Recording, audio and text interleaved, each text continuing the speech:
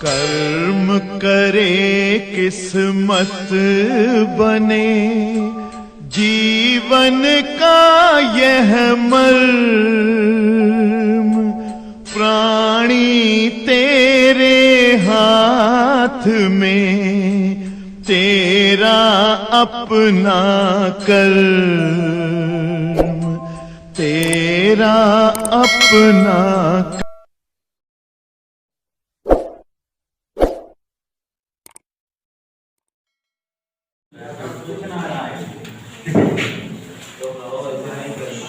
प्यारे बच्चों, हम लोग ऊष्मागतिकी थर्मोडायनामिक्स नामक चैप्टर पढ़ने शुरू कर रहे हैं और ऊष्मागतिकी का पहला लेसन हम आपके सामने आज रख रहे हैं और पहले लेसन का नाम है तापमापनी।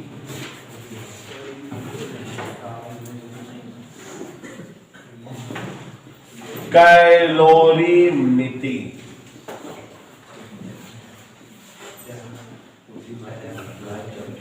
प्यारे बच्चों, कभी कभी हम कुछ चीजें हमारे लाइफ में ऐसी होती हैं जिनका नाम हम सुने रहते हैं लेकिन जिन्हें हम परिभाषित नहीं कर पाते।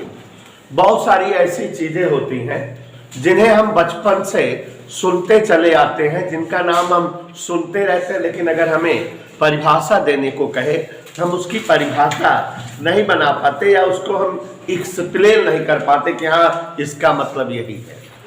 तो वैसे ही एक शब्द आज आपके सामने रखने जा रहा हूं और इस शब्द का नाम है ताप या टेम्परेचर।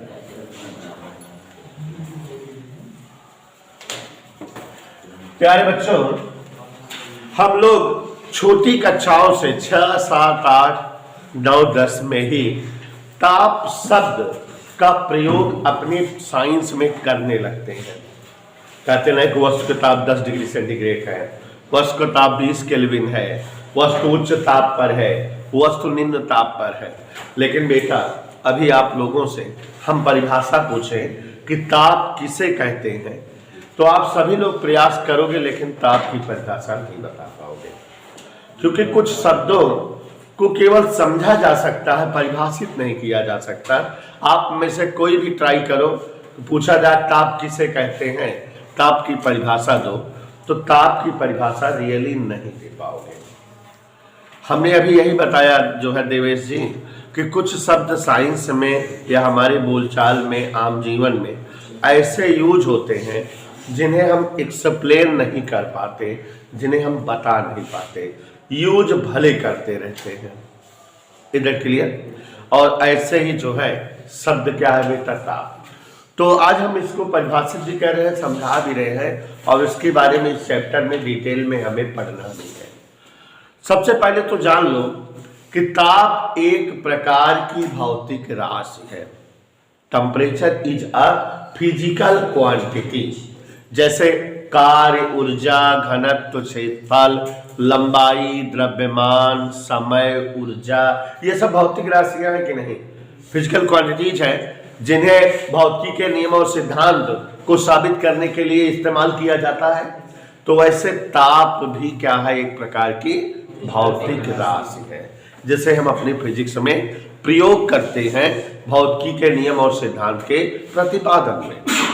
तो पहली बात तो यह हो गई कि ताप एक भौतिक राशि है और दूसरी बात यह है बच्चों कि ताप से वस्तुओं के गर्म होने का ज्ञान होता है या वस्तुओं के ठंडे होने का ज्ञान होता है। माने ताप एक ऐसी भौतिक राशि है शिवांशु बेटा जिससे वस्तुओं की गर्माहट का पता चलता है या वस्तुओं के ठंडेपन का पता चलता है।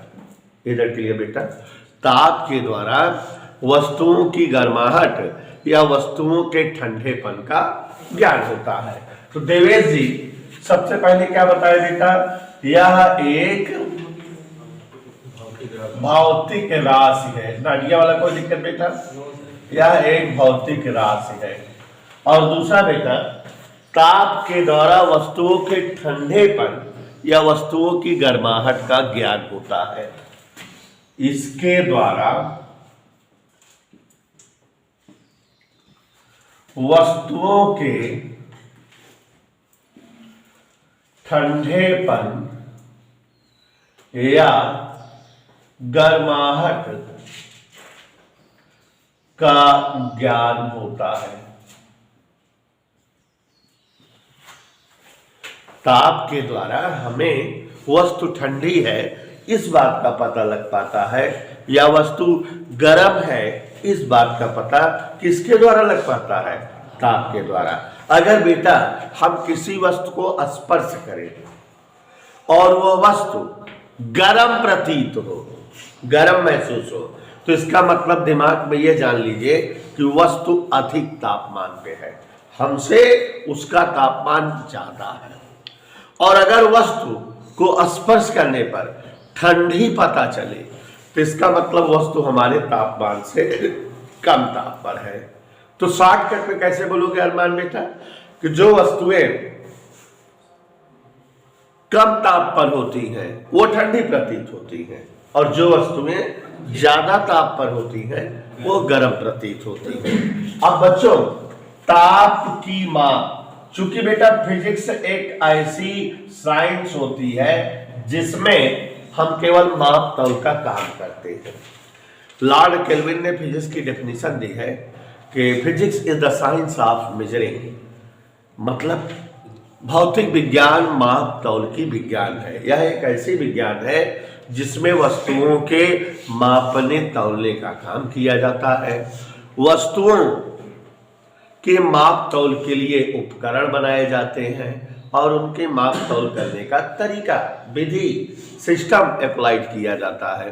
तो बच्चों, जब जो है ताप की माप करने की बात आई तो ताप को मापना ताप मापन कहलाता है। और ताप मापन के लिए जिन उपकरणों या यंत्रों का प्रयोग किया जाए वे उपकरण या यंत्र ताप मापी कहलाते हैं। बस समझ में? तो ताप की माप करना ताप मापन कहलाता है, और जिन यंत्रों द्वारा, जिन उपकरणों द्वारा ताप की माप करे वे उपकरण या वे यंत्र ताप मापी कहलाते हैं। इधर क्लियर बेटा? अब यहां पर एक बात और देवेश जी जानना जरूरी है कि आज ताप का माप तो करने के लिए तमाम यंत्र बने हुए हैं, थर्मामीटर बना हुआ है ताप की नापने का, लेकिन बहुत समय पहले ताप को नापने के तो उपकरण या यंत्र तो थे नहीं। तो लोग जो है तमाम तरीका अपनाते थे ताप को मापने का। कुछ तरीकों की मैं चर्चा आपसे करना चाहता हूं। बहुत समय पहले ताप को मापने का एक तरीका प्रचलित था, स्पर्श विधि। माने हम जो है अनुमान विधि, वस्तुओं को स्पर्श करके ताप का आकलन करते थे। लेकिन ये जो विधि थी ताप के मापने की, इस विधि में बहुत दोष थे, साइंटिस्टों ने इसमें बहुत कमियां निकाली।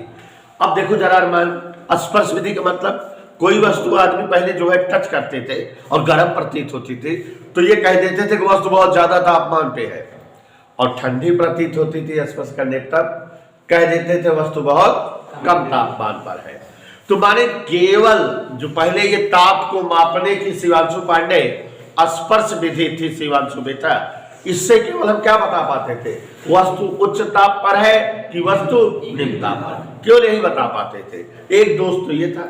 दूसरा, ताप को मापने के लिए जो तरीका था इसमें हम आंकिक वैल्यू नहीं दे पाते थे कि 10 है, 14 है, 15 है। और एक बहुत बड़ा दोष था कि जैसे अगर कोई दो वस्तुएं हो, एक वस्तु 40 डिग्री सेल्सियस तापमान पर हो और एक 38, अब मतलब दोनों वस्तुएं एकदम लगभग बराबर ताप पे है। अगर उन्हें स्पर्श करके समझो कि कौन ज्यादा ताप पे कौन कम, तो आप स्पर्श करोगे तो इतना कम डिफरेंस आपका हाथ समझ नहीं पाएगा। आप दोनों वस्तुओं को एक जैसे तापमान पर बोलोगे, कहोगे दोनों बराबर तापमान पे हैं। तो ताप मापने का ये जो तरीका था, पहला दोष था कि इसमें कोई आंकिक वैल्यू नहीं मिल पाती थी। इसमें केवल यही पता लग पाता था कि वस्तु ज्यादा ताप पर है कि वस्तु कम ताप पर है। और तीसरा यह दोष आ रहा है कि अगर बराबर ताप वाली वस्तुएं हैं तो उनको स्पर्श विधि द्वारा ये नहीं बताया जा सकता था कि कौन ज्यादा ताप पर है कि कौन, ये भी नहीं बताया जा सकता था। एक और, भिन्न भिन्न पदार्थों की बनी हुई वस्तुओं से भी जो है स्पर्श विधि से ताप मापन में गलत गणना आती थी। जैसे अगर धूप है, क्या है, धूप है, और धूप में मान लो मैदान में एक लकड़ी की कुर्सी रखी है और एक लोहे की कुर्सी। हम दो लड़के बुलाए, एक लड़के को कहे भाई देखो कुर्सी टच करके देखो और बताओ बहुत ज्यादा तापमान है कि कम तापमान है। तो जो लड़का लकड़ी की कुर्सी टच करेगा, लकड़ी उसमें की कुछ अलग होती है, उसे ठंडी प्रतीत होगी, कहेगा गुरुजी बहुत ज्यादा तापमान ना बताए, कम ताप आएगा। लेकिन जो लड़का लोहे की कुर्सी टच करेगा, लोहा उसमें का कुछ अलग है, धूप में वो बहुत गर्म हो गई होगी, वो कहेगा नहीं बहुत ज्यादा तापमान में, जबकि तापमान तो निश्चित है, लेकिन दोनों अलग अलग पदार्थ की बनी हुई वस्तुएं हैं, इसलिए आप दोनों को स्पर्श विधि द्वारा गलत तापमान बता दे रहे हो ना। तो माने ताप मापन में एक असुविधा है कि नहीं। एक और असुविधा है कि अगर अलग अलग माहौल में वस्तुएं रखी हो तब भी स्पर्श विधि द्वारा उनका सही ताप आकलित नहीं किया जा सकता था। शिवांशु पांडे जैसे, शिवांशु सुनेंगे, बाकी सब लोग गुनो। एक जार हो कांच का और एक जार यहां हो कांच का, हमारे सामने कई जार है, दोनों में हम पानी भर रहे हैं, ठीक। एक जार में जो पानी हो गर्म हो, 30 डिग्री सेंटीग्रेड तक के तापमान का पानी हो, कितने क्या हो पानी, एक जार में 30 डिग्री सेल्सियस का पानी भरा है और एक जार में जो है 5 डिग्री सेल्सियस तापमान का पानी भरा है। तो एक जार में कम तापमान वाला पानी है, कै में। अब हम दाया हाथ इस जार में डाल दें, बाया हाथ इस जार में, दोनों हाथ जो है हमारे दोनों पानी में कुछ देर पड़े रहने दो, 5-7 मिनट। तो इस वाले हाथ का तापमान लगभग कितना पहुंच जाएगा, 30 के लगभग, और इस वाले हाथ का 5। अब आप हमको कोई एक वस्तु ला के दो जिसका तापमान 15 डिग्री सेंटीग्रेड हो, कहो सर जी अंदाजू कैसे है ये, कम तापमान में है कि ज्यादा। स्पर्श विधि द्वारा जो तरीका चल रहा था पहले ताप को ज्ञात करने का, तो जो हाथ मिसबाया वाला 5 के तापमान देखे में ठंडा है, उससे 15 वाली ताप वाली वस्तु को टच करेंगे तो कहेंगे गर्म है वस्तु, हमें वो वस्तु कैसे फील होगी, गर्म फील होगी ना। 5 से 15 वाली कहेंगे वस्तु बहुत ज्यादा तापमान पे, अधिक तापमान पे गर्म है। लेकिन जौन हाथ के तापमान 30 है, उसी 15 वाली छुआ अगर छो पता ही नहीं लगे कछुए इतना छुए का होगा, ठंडी का होगा। तो देखो अलग अलग माहौल में रखे थे और वस्तु का ताप स्पर्श विधि द्वारा ज्ञात कर रहे थे, सही गणना आ रही है, नहीं आ रही है। तो बहुत समय पहले अनुमान विधि या स्पर्श विधि ताप की गणना करने के लिए प्रचलित थी, लेकिन इस विधि से बहुत सारे दोष होते थे। पहले तो कोई आंतरिक वैल्यू इस विधि के द्वारा ताप मापन में नहीं पता चल पाती थी। दूसरे, इस विधि द्वारा ताप मापन के दौरान केवल यही पता चल पाता था कि अमुक वस्तु ज्यादा ताप पर है और अमुक वस्तु कम ताप पर है। तीसरा दोष क्या था कि इस विधि द्वारा अलग अलग माहौल में रखी वस्तुओं का तापमान नहीं सही पता लग पाता था। अगला दोष क्या था कि अलग अलग पदार्थ की बनी हुई वस्तुओं का तापमान इस विधि द्वारा सही ज्ञान नहीं हो पाता था। तो ये सारी बहुत सारी जो है असुविधाएं थी और इन सब असुविधा के कारण ये विधि मान्य नहीं थी। लोगों ने और भी तमाम ताप को मापने की धीरे धीरे विधियां बनाई और बहुत समय तक जो है ऐसे ही उल्टा सीधा ताप को मापने की विधि चलती रही। फिर जो है लगभग 8वीं शताब्दी के आसपास दुनिया का सबसे पहला ताप को मापने का यंत्र बनाया गया, प्रयास किया गया लोगों द्वारा। हालांकि वो भी बहुत सारा दोषयुक्त था, धीरे धीरे उसमें सुधार होता गया। लेकिन ताप को गणना करने के लिए दुनिया का जो सबसे पहला तापमापी बना उसे हम कहते हैं पारे का तापमापी। ताप की गणना करने के लिए जो सबसे पहला तापमापी बना बेटा, जिसका इस्तेमाल हम ताप की गणना के लिए करते हैं, जो सबसे पहला तापमापी है वो है पारे का तापमापी। और पारे का तापमापी हम कुछ यूं आपके सामने रख रहे हैं। ये हमारे जो है फिजिक्स के क्षेत्र में सबसे पहला तापमापी था, जो ताप की गणना करने के लिए सबसे पहले जो है बनाया गया। पारे का तापमापी। पारा एक ऐसी धातु है जो साधारण ताप पर द्रव अवस्था में पाई जाती है। और जब ये तापमापी बना तो उस समय बच्चों लोग ये जानते थे कि सबसे ज्यादा गर्म वस्तु खौलती जल होती है, माने उससे ज्यादा गर्म वस्तुओं का लोगों को ज्ञान नहीं था, और सबसे ठंडी वस्तु बर्फ होती है, ये लोग जानते थे। तो इसलिए जब जो है इस तापमापी के द्वारा ताप की गणना करने का सिस्टम बनाया गया, तो पिघलते बर्फ से लेके खौलते जल तक के वस्तुओं के ताप की गणना करने के लिए ही यह यंत्र बना या यह उपकरण बना। इधर क्लियर बेटा? तो ध्यान दीजिएगा जरा यहाँ पर देवेश जी। पारे के तापमापी में कांच की एक लंबी बेलनाकार खोखली छड़ होती है। क्या होती है बेटा नादिया वाला? लंबी बेलनाकार खोखली। और बच्चों इस छड़ का एक सिरा घुंडी नुमा होता है, और इस छड़ में पारा भर करके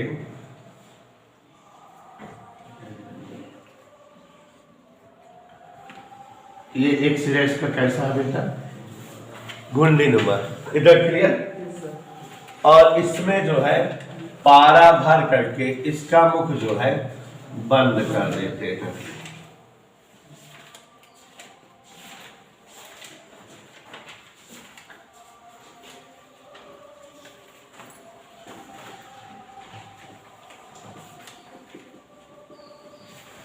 इधर क्लियर?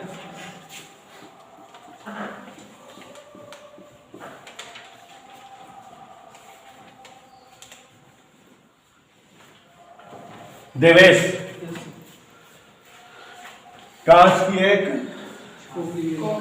बेलनाकार छड़ है, एक सिरा कैसे है? घुंडी नुमा। पारा भर करके इसका मुख जो है क्या किए हैं? इसमें पारा भरा हुआ है। और जब ये तापमापी बना तो सबसे ज्यादा ठंडी वस्तु क्या थी? बर्फ। तो इस जो है छड़ को पारा भरने के बाद वायुमंडलीय दाब पर पिघलते बर्फ पर रखा गया। कहां पर रखा गया? और पारा जहां तक अप डाउन हुआ वहां पर एक निशान बना दिया गया, और फिर इस तापमापी को वायुमंडलीय दाब पर खौलते जल पर रखा गया। कहां रखा गया? और पारा जहां तक ऊपर चढ़ा वहां तक एक निशान बना दिया गया। तो अब इस तापमापी पे क्या चिन्ह बन गए? इस चिन्ह को ये जो है पिघलते बर्फ के ताप पर मिला है, इसे कहते हैं प्रारंभिक बिंदु ताप। क्या कहते हैं बेटा? प्रारंभिक बिंदु ताप या शीतल बिंदु ताप, जो पिघलते बर्फ के संपर्क में मिला है, और इसको कहते हैं बेटा शीर्ष बिंदु ताप या तप्त बिंदु ताप। इधर क्लियर? कितना समझ में आया? और बेटा इन दोनों चिन्हों शिवांशु, इन दोनों चिन्हों की जो बीच की लंबाई है उसको कई समान भागों में बांट दिया। 1 2 3 4 ऐसे, 1 2 3 4 ऐसे, 1 2 3 4 ऐसे, कई समान भागों में क्या कर दिए शिवांशु बेटा? संपूर्ण लंबाई को कई समान भागों में।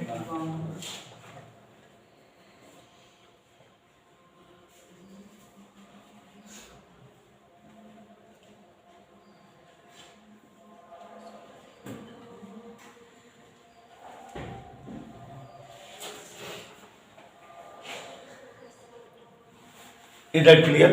और ये हमारा पारे का तापमापी बन गया। बन गया कि नहीं बेटा? एक बार फिर से बता दे क्या? पारे के तापमापी में विकास डाल कांच की एक लंबी खोखली बेलनाकार नलिका होती है, जिसका एक सिरा घुंडी नुमा होता है, जिसमें पारा भर करके जिसका मुख क्या कर देते हैं? बंद कर देते हैं।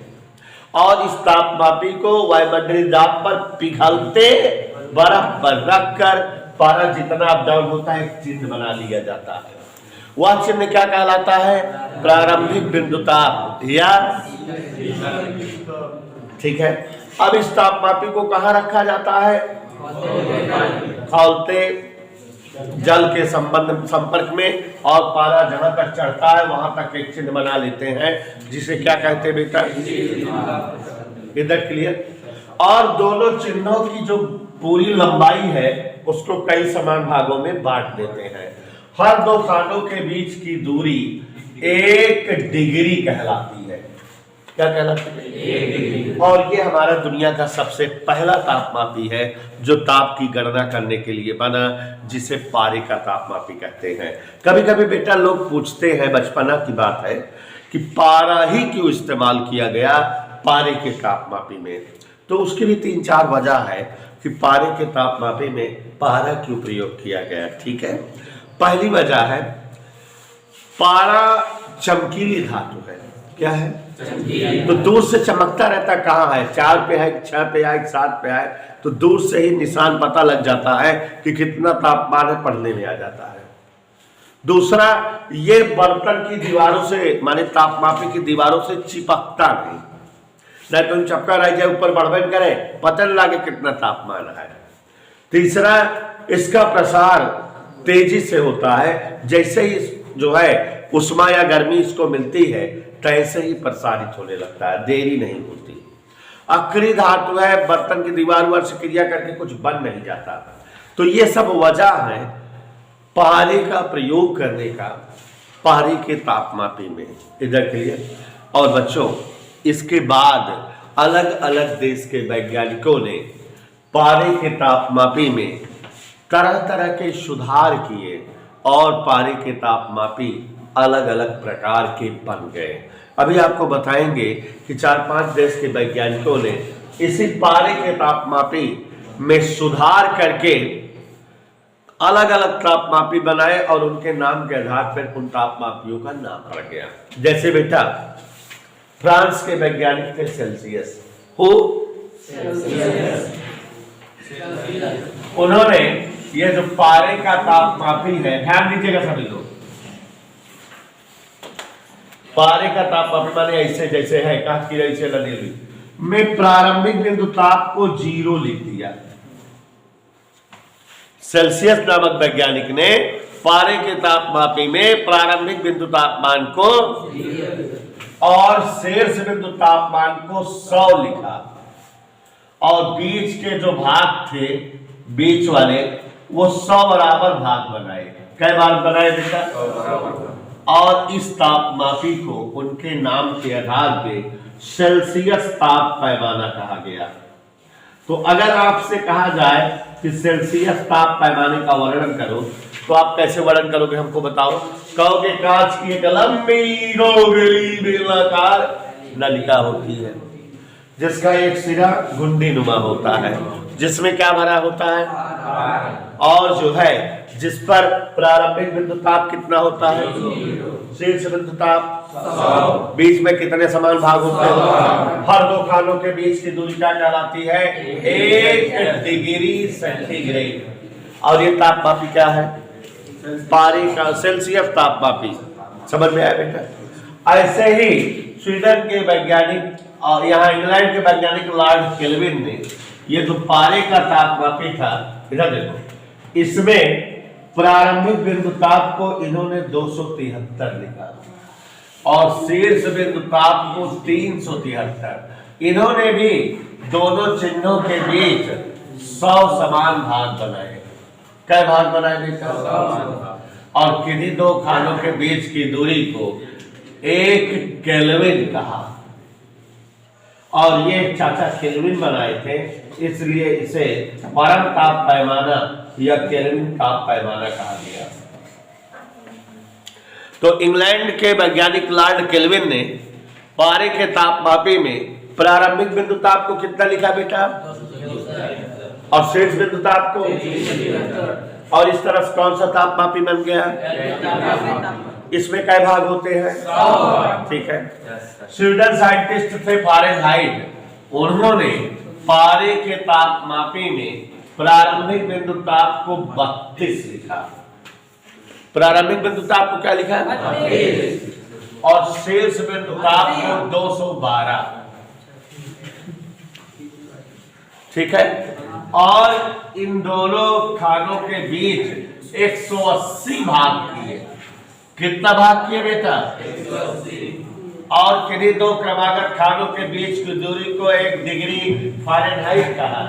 और ये कौन सा ताप पैमाना बन गया बेटा?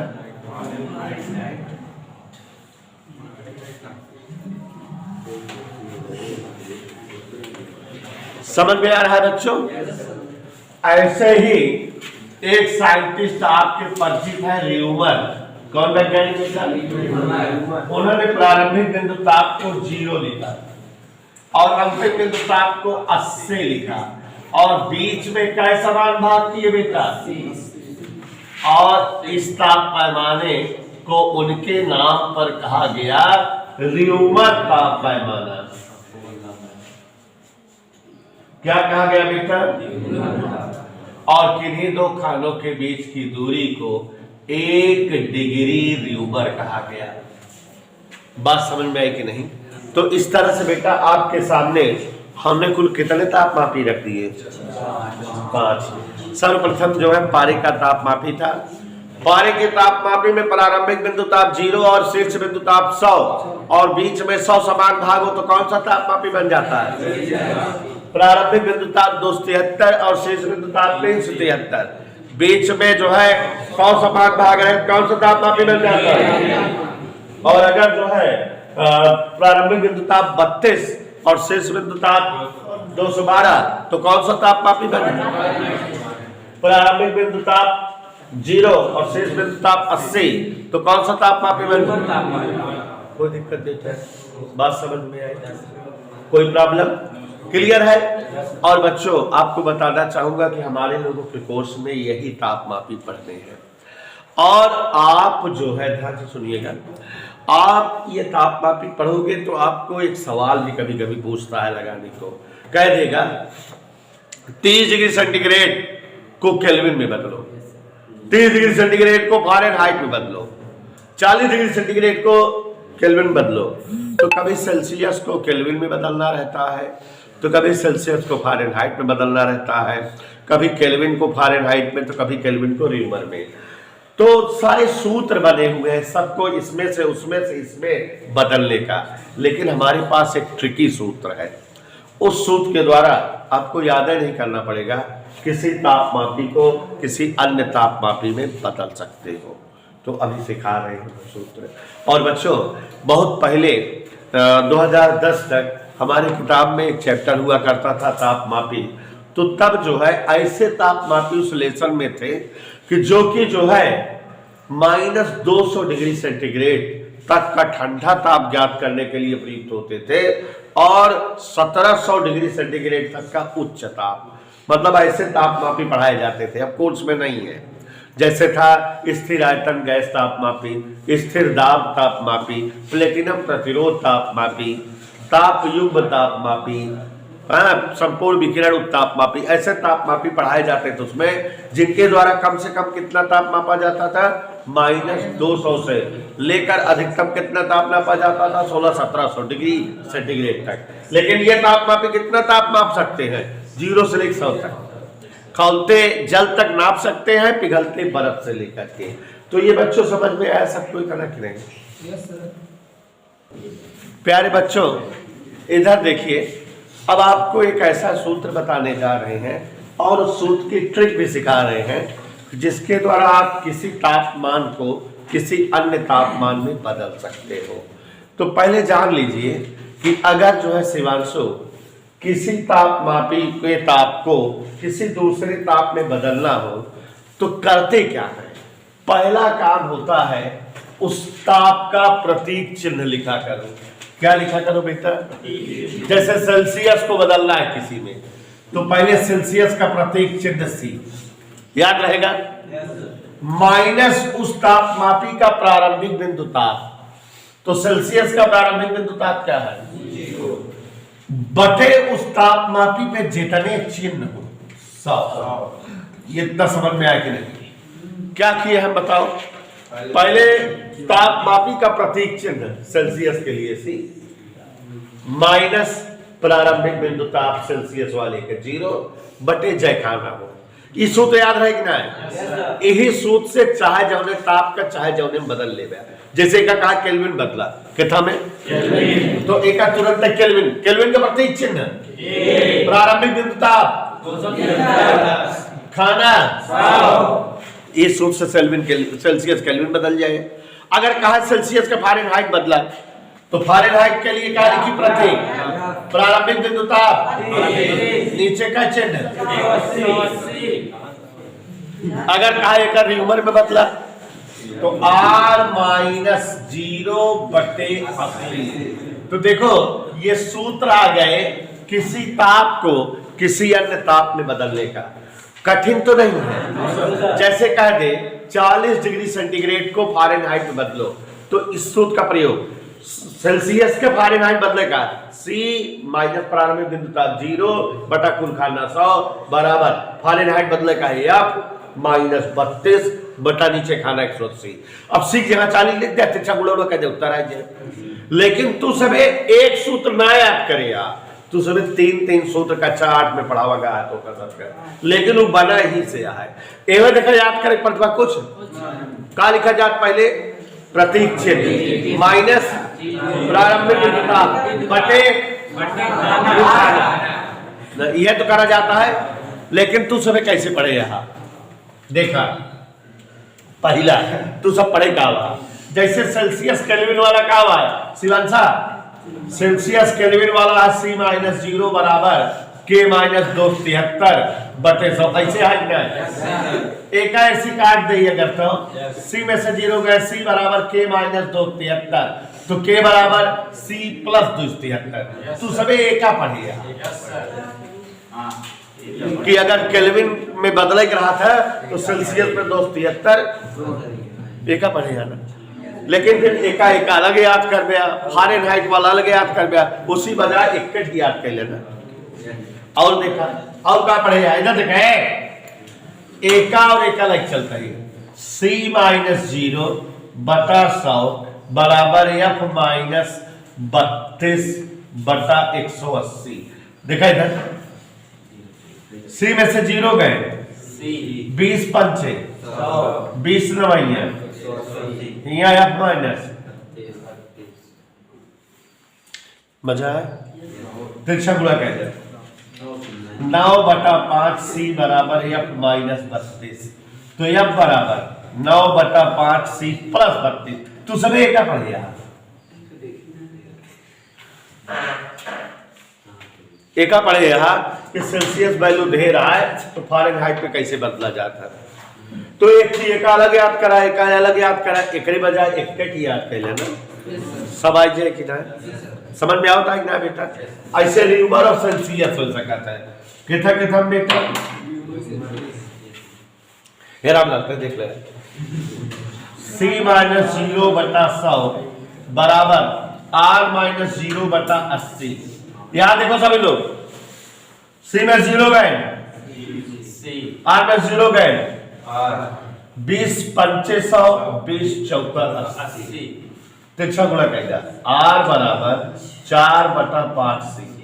तू सब ऐसे पढ़ेगा तो एक ही याद करो 1 2 3 के बजाय इसी एक से सब आ जाएगा कि नहीं है?